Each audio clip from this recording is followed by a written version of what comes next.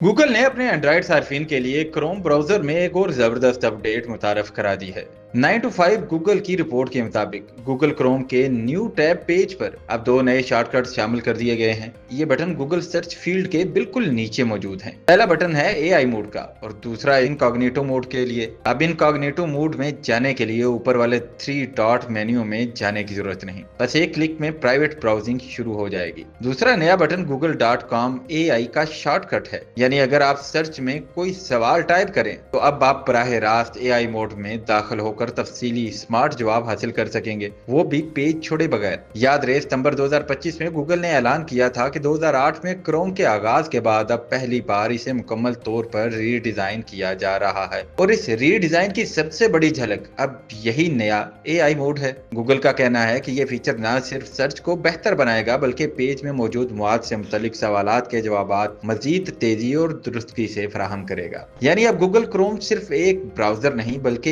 एक ज़हीन AI assistant बनने जा रहा है। अब सर्च करें, सीखें और समझें सिर्फ एक क्लिक में।